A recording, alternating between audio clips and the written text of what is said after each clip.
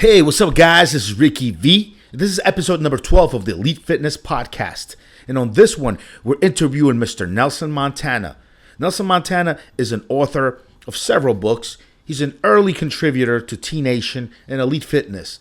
The guy's been around the game for a very, very long time. He brings some good knowledge. I think everybody's going to really love this podcast. So without further ado, let's get it going.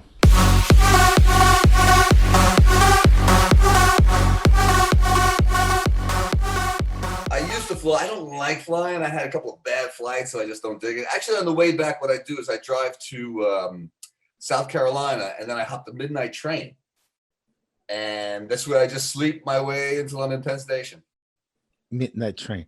So that's not, so then, okay, so you're not driving it then? Well, I drive from Miami to South Carolina, and then I take the midnight train, and I wake up and I have breakfast. What is it, a rental? What do you do with the car once you're Well, if I rent the car, yeah, but I just bought a new car, so I'll be driving the whole way back and forth next year. You be driving the whole way? Yeah. You buy American or Japanese?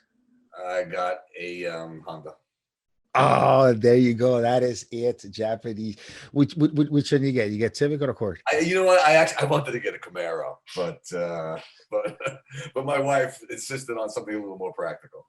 So you got for the city. I would think the Civic would be the shit. You got the Civic? The Accord. Oh, you got the Accord, the big boy? Yeah, it's nice. Yeah. The new ones nice. Are nice, man. Yeah, it's all right. What is it? 2.4? Accord. I believe it's 2.4. Yeah. It's got some, it's got some power. It's kind of cool. Yeah, it's nice. Very, very nice. So what do you do about your sauce and your juice when you are when you're traveling? Like if you're going to spend time in Miami or if you're going to spend time in New York, you just take it with you? Yeah, I mean, it's in my car. What's going on? Not worry about a cavity search on the way because you got in a car. Yeah.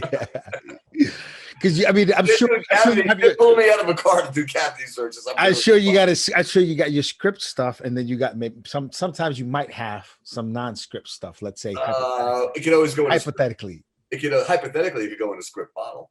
Okay, I got you. So yeah, that makes a ton of sense. That is, an oil is an oil until it says something different. Yeah, if one were to do that. Yeah. Okay. Yeah, but so at this point in your life now, what are you doing more as far as steroids go? What do you bank like? What's your regimen more? I'm pretty much sticking with the TRT. I once in a while I could supplement it with a little Primo. But that's about it. A little Provine. We could actually get into that because you dabbled a little bit with SARMs recently. You told me about when I have been. My guinea pig has been working with the SR9009. SR909. Yeah. Okay. It's anabolic. How would have been the results on that about? And you know what? I'll tell you one thing. The endurance is unquestionable. It really is pretty amazing with the endurance. And it's a strange feeling because in the past, anything that gave you energy and stamina was a stimulant. And I don't react well to stimulants. But with that stuff, it's your guinea pig. With a guinea pig doesn't react. Let's try to keep it going the whole podcast if it works. Let's assume that's yeah, it's pretty interesting stuff. I haven't noticed the fat loss so much, but I think it's because the dosages have been on the light side. Because there seems to be a little bit of sleep issue. What fat loss? You don't have any fat. What are you talking about? That's true too. Yeah, I'm a little low on the fat side. But just to get like super, super lean, because sometimes my diet gets a little sloppy. And really, I never get fat, but I can tell the difference between when I'm smooth and when I'm cut. How long do you think it took your guinea pig to notice the endurance effects on pretty quickly? ESR? Pretty quickly. Like first dose, second dose, third dose. Like the third dose, yeah. Third dose. Yeah. And what kind of dosing schedule was being used on this? I didn't want to do it too late because of the sleep thing. So it was like first thing in the morning, then before lunch, then early evening, and that's it. Just 3 doses. That's And you know, I'm after that, I'm chilling anyway. I mean, everybody's relaxed. The whole family, the guinea pigs, everybody's relaxed at that point. So I feel no real need to to do it throughout the day. Although I have heard that if you maintain it or include cardenine and all that, you really get the fat loss. But I have not explored that yet. well, I just in the previous podcast I had a guy who works with SARMs a lot. This guy, I don't know if you've ever heard of him, Dylan Jamel. Yes, I know. So I had Dylan and I are cool. yeah. We're talking and like, oh, like fuck that, message board bullshit. We're cool with each other. Yeah, so Dylan and I brought this up because I've seen guys talk about it, and I thought about maybe trying something like that, doing the GW just every day, couple of times a day, which is a decent way to do it, and then do DSR only as a pre-workout, like as a pre-cardio, pre-whatever. That makes sense.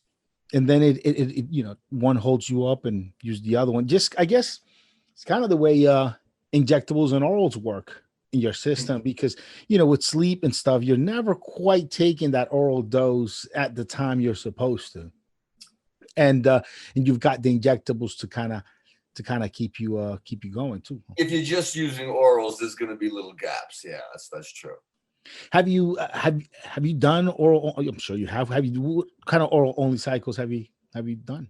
In the past, when I did that stuff, I did your guinea pig. When you guinea pig did oral. Oh, we're talking about. Oh, we're just talking about. Oh no, the guinea pig is the guinea pigs is the SARMs. The oral. Back when they were legal. Let's put okay. Let's put it that. I did do a Dynabol only cycle, but other than that, it was always Well, at first, like a lot of guys are afraid to take the injectable. It's ridiculous, but but actually, right off the bat, I was doing the Primobolan because it was mild, and Primobolan oral as well, but Primobolan oral is kind of bullshit. It's a waste of money. It's a female steroid. Yeah, women seem to do well with it. Well, they're not 17 alpha. It would be interesting to find a Primobolan 17 alpha alkylated. That's why they're so weak, because it's just in your system a couple of hours, and you got to keep just taking the shit. That's why it's so mild. There's no side effects. I thought oral primo was Primobolan acetate. No, but it's not 17 alpha alkylated. No, it's not. It's got the acetate ester attached to it. Yeah, it's not even the base hormone by itself. So that is incredibly safe, which is very attractive. Yeah. So for first timers, beginners, or females, it's. But you know what? But the results are going to be comparable. I say they're comparable to HMB. Remember that stuff? HMB actually has some legitimate anabolic qualities. It's just that it's so slight, you'd have to take a bottle a day. So it's kind of the same thing with Primobolan oral. You got to take so much of it. It's kind of crazy. But women do well with it. I know some competitors, women will take it. We'll use the stuff that. Well, yeah, if you just want anabolism without any androgenic side effects, it's perfect for women. Yeah, I do agree, though. For men, you might as well just pump that shit. But then again, women will do well on 5 milligrams of Anavar when a man needs about 50 mgs to really. Well, that's the big thing. Yeah, I think that if you just be reasonable with the dosages, then it winds up being the same thing. Actually, the little bit of androgenic quality in something like Anavar would be actually beneficial to a woman because it'll harden her up. So just for both men and women, what would you say are the major differences between oral and injectable steroids? I think the biggest difference with oral and injectable that isn't really discussed all that often is that milligram per milligram, orals are more powerful. Because if you think about it, let's take a dose of Dynabol. Let's say 25 mg a day. 25 mg of Dynabol is quite a bit. That is what I would call a hefty dose. Now, there are a lot of idiots, on message boards doing the first. I'm doing 50 mg of Dynabol and 1,000 mg of this and that. But 25 mg of Dynabol, that's a pretty hefty dosage. That equals out to 300 milligrams a week. Now, you take 300 milligrams of anything else, 300 milligrams of testosterone, results are going to be pretty mild. So yeah, you have two people who are with identical genetics and affinity for steroids, and one's on 25 mg of Dynabol a week, and the other's on 300 milligrams of testosterone a week. The guy on the Dynabol is going to blow him away. It's just that much more powerful. Well, yeah, it really does seem like the the modification, the oral modification, the methylation, the alkali group that's added to these steroids to make them orally available, it makes them stronger at the receptor site. Absolutely. We kind of see that over and over again. For example, I mean, you just brought up Dianabol. Dianabol and equipoise are basically the same hormone, basically the same hormone on paper. They're built of the same molecule, yeah. Even developed by the same lab. I mean, just the same. The only difference is in that 17th position, you've got the ester chain hanging off of the EQ when you have the alkali group hanging off of the Dianabol, and tis why you get Dianabol being a much stronger at the receptor site. Yeah, makes all the difference. And even in the case of the estrogen that's produced by both of these, the estrogen that's produced by the EQ is a weaker estrogen than the powerful estrogen, methylated estrogen, that's produced by the Dianabol molecule, because Dianabol can become an estrogen while maintaining his methyl group. Same thing in the case of Masteron, which you've said it many a times. Hey, Masteron, you once you get off of it, you lose cosmetic drug. The cosmetic. Well, you put a methyl group on Masteron, you remove that ester chain, put a methyl group. Now you got Superdrol, which is pretty much true. Now we know now we know it's just methylated Masteron. Superdrol was really liver toxic. I don't know what they did with that stuff. That was nasty. And it acts completely different than Masteron. I mean, the effects from Superdrol down to even how you have to manage your caloric intake with it is much more on par of something along the lines of Trembolone than Masteron, really. And I mean, it really does at the receptor side. Even the estrogens that come from Dianabol, because of that methyl group, is a lot stronger at the receptor site. You're absolutely right about that. Well, whenever you have more androgenic quality, you're going to have more aromatization, so there's going to be more estrogen that way as well. But yeah, well, again, it still comes down to dosages. I keep resorting back to the old timers because I remember the old timers, and those guys didn't have gyno. They weren't taking insane dosages. Guys take so much stuff, and then they take a whole bunch of other shit to counteract the effects of taking too much shit. I do this podcast with this guy named Steve Schmee, and Steve Schmee on this other podcast, he swears that guys in the 70s and the 80s really were not doing testosterone, like a lot of testosterone. It wasn't real. I talked to some guys actually from even the 60s, and it was not a popular drug. They used to think because testosterone is incredibly popular now, probably because we have all these new anti-estrogens. We've discussed this before on other occasions, but testosterone in the 70s wasn't really something guys were like. No, well, they thought. I mean, testosterone was the first drug used by the Soviet athletes that was blowing everybody away. And it was up to Ziegler when he developed Dianabol. Dianabol was originally developed to be sort of a kinder, gentler testosterone because it was more anabolic. So guys had this mentality like, oh yeah, let's get the anabolic stuff, and that testosterone was really harsh. But then you had things like Deca, which is sort of the opposite of testosterone, thinking like, oh, we'll avoid the testosterone side effects. But then you had a host of other side effects, because it wasn't androgenic. So they had a few things wrong, but it was the early stages. And when you come right down to it, every steroid is based off of testosterone. And I would go as far as saying that when you buy anything black market, probably half of whatever you buy is actually testosterone. Yeah, guys we'll discuss this a lot too, man. The black market, they will change out the compounds as they become less or not available. They'll change stuff out real quick. Yeah, you're selling whatever. You're selling even Primabol. I mean, somebody really experienced with Primabol would know the difference. But if you sold a vial of 25 milligrams of testosterone and said it was 100 milligrams of Primobolan, and you did, 6 vials a week, you'd get results. You wouldn't get any side effects, and people would think like, "Oh, this is great. Primobolan's nice and mild, and I'm getting results." But it's still the same thing. It's still, how do you know? because testosterone is incredibly cheap to make. So Like- they can fill up anything with some testosterone. The only thing it won't really pass for is Trenbolone. That's in a class by itself.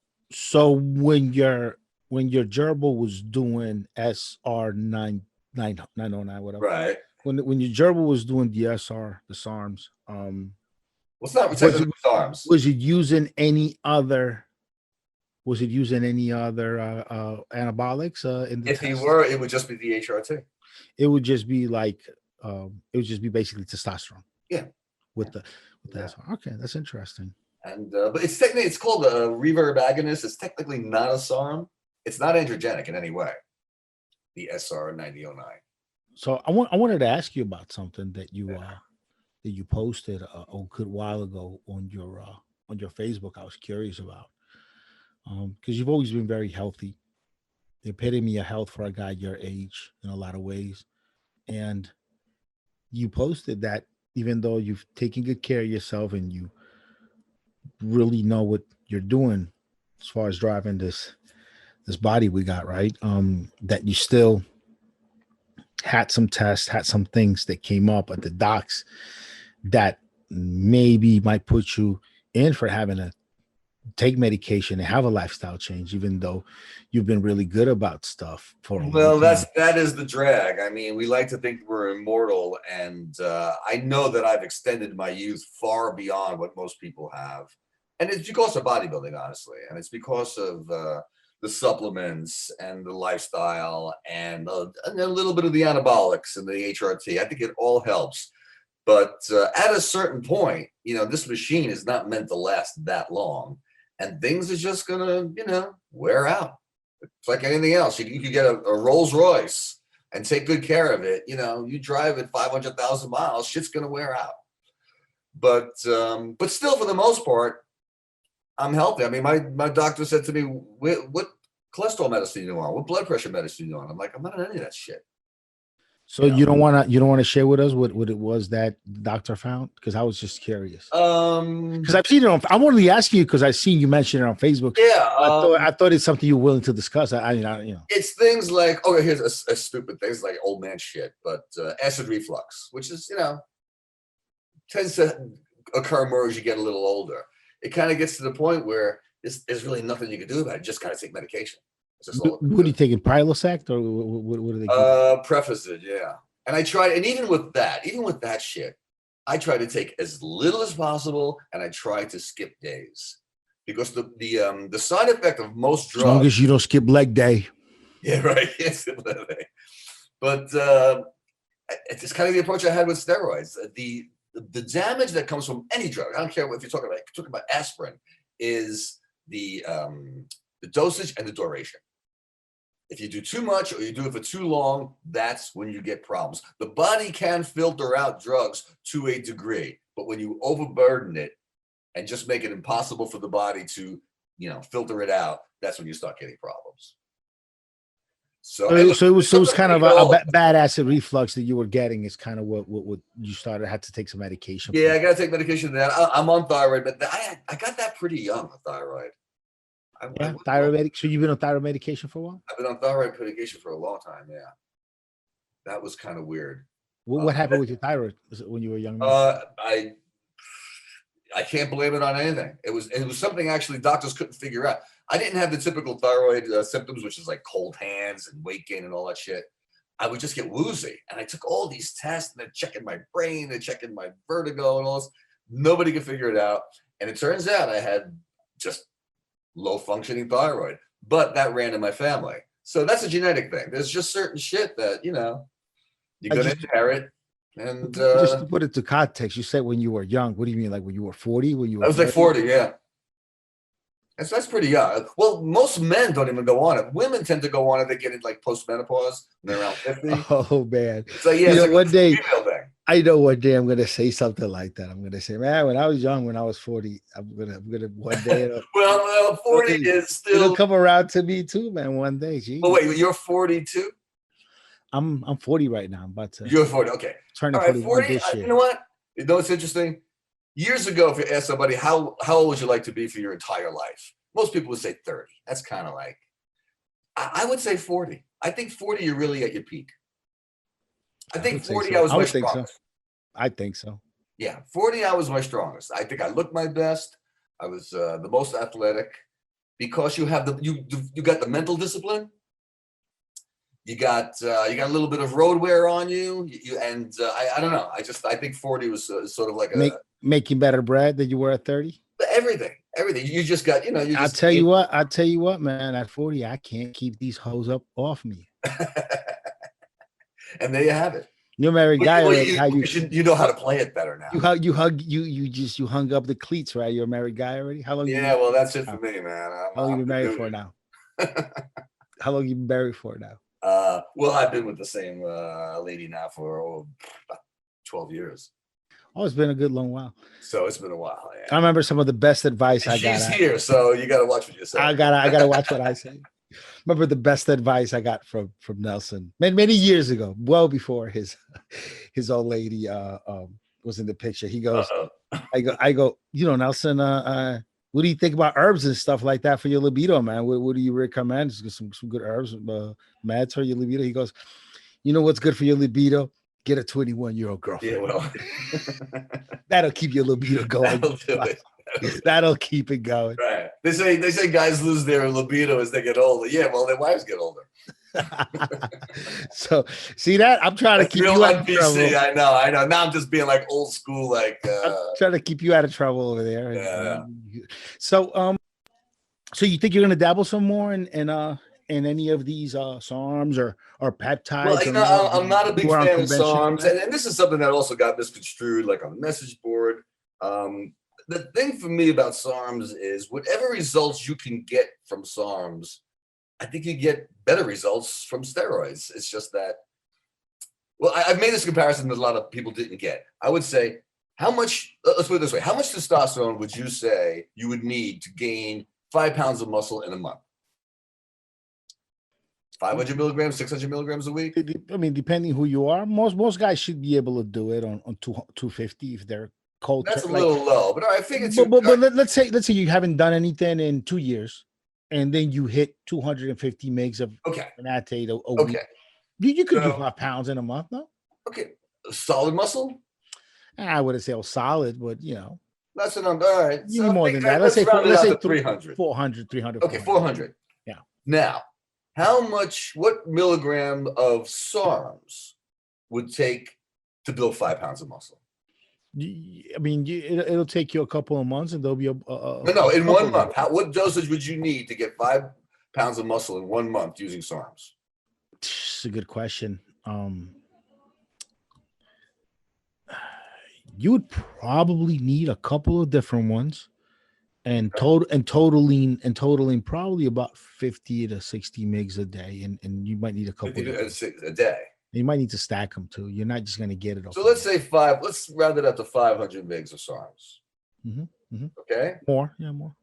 Okay, so same thing. So 500 mgs of SARMs is comparable to 400 mgs of testosterone, you'd say? Around there, but again, you're stacking like 2 or 3 of these suckers together from what I've seen. So you're saying like 400 of like a couple of them. So you're taking 30 of these, 40 milligrams of that, 20 milligrams of that. You might be in about 60, 80 milligrams of SARMs a day. Okay, so let's round it off to 600 mgs a week total. I tell you what, man. We need to get a Dylan Gemelli on the podcast, and because he knows much better. I might be talking out of my ass. Maybe some guys out there they're real SARMs fan. They're like, Rick, what the fuck you're talking about? I know. But the point is because I'm really not that huge in the SARMs to really know. Right. I fucks with Osterin because I like it because of the way it makes my bones feel. Like I fucks with GW because of what it does to my endurance. I've messed with MK. I've messed with a couple of them just here and there, but never for muscle building. When I want to build muscle, man. If I want to do a mild cycle like I did less than a year ago, I'll just do Anavar. If I want to put on some muscle, I'll just pump some EQ and some tests. All right. So I mean, I'm the wrong guy to ask, but I do know this. I do know, and I think I went over this with Dylan. He was in my last podcast guest. You do need a couple of them. You do need. So look, as far as muscle builders go, dude, you're not. I don't think you're gonna get anybody to argue with here as far as muscle builders Well, go. but let me make Steroids let beat me make this some other hands point. down. Let me make this other point. Let's say, just for the numbers' sake, we might be off with the numbers, but whatever it is, whatever the number is that will give a comparable result to testosterone, my claim is that it will also suppress you to a comparable level. Yeah, yeah. So there you go. Some will suppress you more than others. Some will suppress you none at all. Some don't. Some don't even The have ones any. that won't suppress you not at all will not build muscle.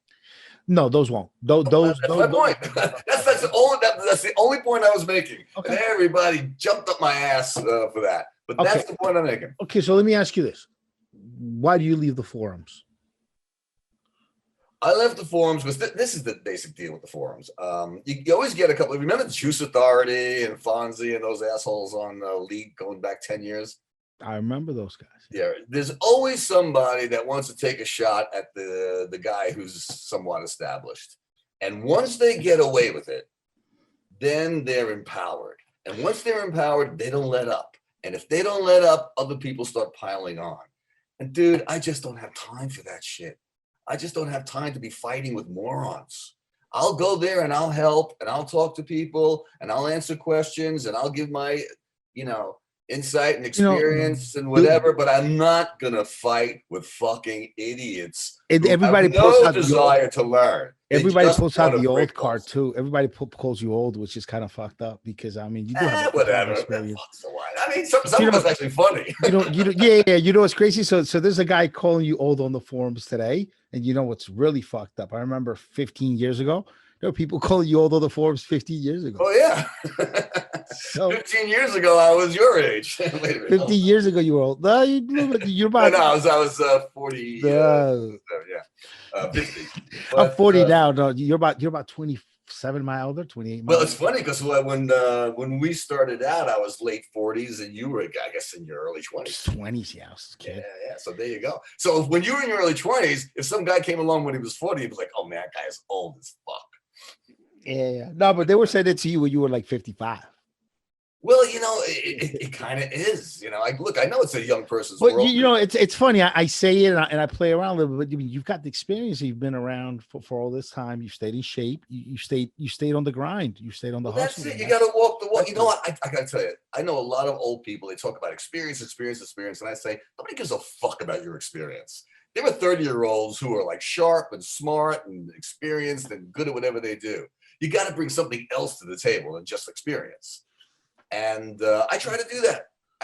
I don't try to pretend I'm 20 years old, but I know there's some things I know. And if somebody wants to hear it and somebody wants that insight, great. And if I could learn from somebody, that's great too. That's the name of the game. Because we're all, in 100 years, we're all dead, okay? So that shit doesn't matter. But there are some people that just want to make that the issue. And, fuck that shit. I don't want to deal with that. I just don't want to deal with it. I think what you need to do to stay relevant is, I think you need to. Well, I am relevant. You need to stay relevant. Oh, look at that! So I think what you need to do to solidify your relevance, it's you need to do a 2020 edition. The 2020 pass is a nice round number. 2020 edition of Bottom Line Bodybuilding. Oh wow! Bodybuilding truth. Yeah, that's an old book. That book is. Going on 20 years old. It's due for a reset, and I think you do that. You put it out there, and I think you need to get back on the forums, man. I don't think. Like I said, I'm not going to. I think you're taking it too much to the heart that people are. No, man. It's not about taking it. I'm not insulted. I'm not offended. It doesn't hurt my feelings. It's just a massive fucking waste of time. Because if somebody shits on you, you got to respond. You can't just let them shit on you all day long. And if you respond, that's what you wind up doing. It just becomes bickering back and forth, and I don't have time for that shit. You don't have time for I gotta get paid good money for my opinion. I'm doing that for free, and I gotta get shit on. I'm not gonna put up with that. Is this about that guy 800-pound gorilla on the forums? There's a few of them. There's a couple of assholes. Like 800-pound gorilla. Who else? He's one of them. A body monster or something like that. Oh, the dude with the terrible avatar where you just see his chest and stuff. Oh, Yeah. That guy's terrible. All right, they're irrelevant. But so if they challenge your ideas and your thoughts and your theories, you'd be fine with that. But the part that you dislike are the personal attacks, where they're attacking that you're a New Yorker. I see they're attacking that you're. Yeah, or they'll just keep on asking the same question in different ways just to kind of taunt me. They're not really looking for answers. Look, these are like little ass wipes behind the computer screen. Who even knows what the fuck they look like? Who even knows if they work out? You and me, we're out there. You see our face, you see our body. They could be catfishing the whole industry. That could be true, man. So that's why it's like, hey, have some fucking respect, and don't respect me because I'm old. That has nothing to so what do we tell the admins over at Evolutionary Elite Fitness about these guys and what they need to do to have Nelson? Yeah, you know what? That's their business. If it were my forum, or if I were calling the shots, would you ban them? As soon as somebody started shit like that, they'd be gone. That's it. Because I do see a point where the personal attacks add absolutely nothing to the discourse, and they just distract. You could be having a debate, and I understand if you're having a heated debate, and then you call somebody you say their idea is stupid, or you say that should have been obvious, or Sherlock. I mean, I try not to do that. You try not to. You're the master of it, dude. So no way. No, I never. Hold on a second. Hold on. I never attack somebody for their opinion. If they start shit with me, the gloves come. You never throw the little knickknacks on. I've seen them on there. I have never attacked somebody personally for their opinion ever. That should have been obvious. I guess if you'd have just looked, I tell you what, you find it, I write you a check for $100. Okay. All right. I'll find a check. No, but I'll tell you, as soon as somebody starts shit with me, that's when I fucking lose my mind. You call somebody stupid on the slide just with the way you say something. But that being said, I think you need to just come back, man, and make your statement. And the guys that are attacking you will just got to report them to admin because they're adding nothing to the conversation. I've seen some of it. Everybody knows who they are. I've seen some of it. You know what? I don't want to be the little bitch. I don't want to be the one like, oh, somebody's fucking shit with me. I don't want to be that fucking guy. Yeah. I have no fucking time with that. They got to take it. They got to look over there. So let me ask you a question, Nelson. Wow. You and I have been on this back and forth about the forums since about 2005, 2006, when you had the books on Elite that were back in the day when they were just out, they were hot. Had trouble with the peoples then. Yep. Late 2000 something. Mm-hmm. Different set of guys. Those guys were gone. Mm-hmm. You had trouble with those guys. Then around 2012, I know where you're going with this. 2013, 2014. I know where you're fucking going with this.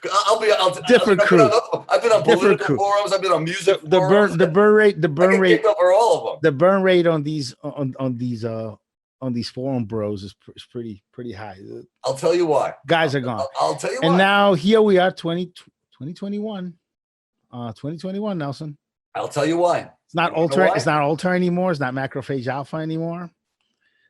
It's not. I will tell you why. I have shit on forums.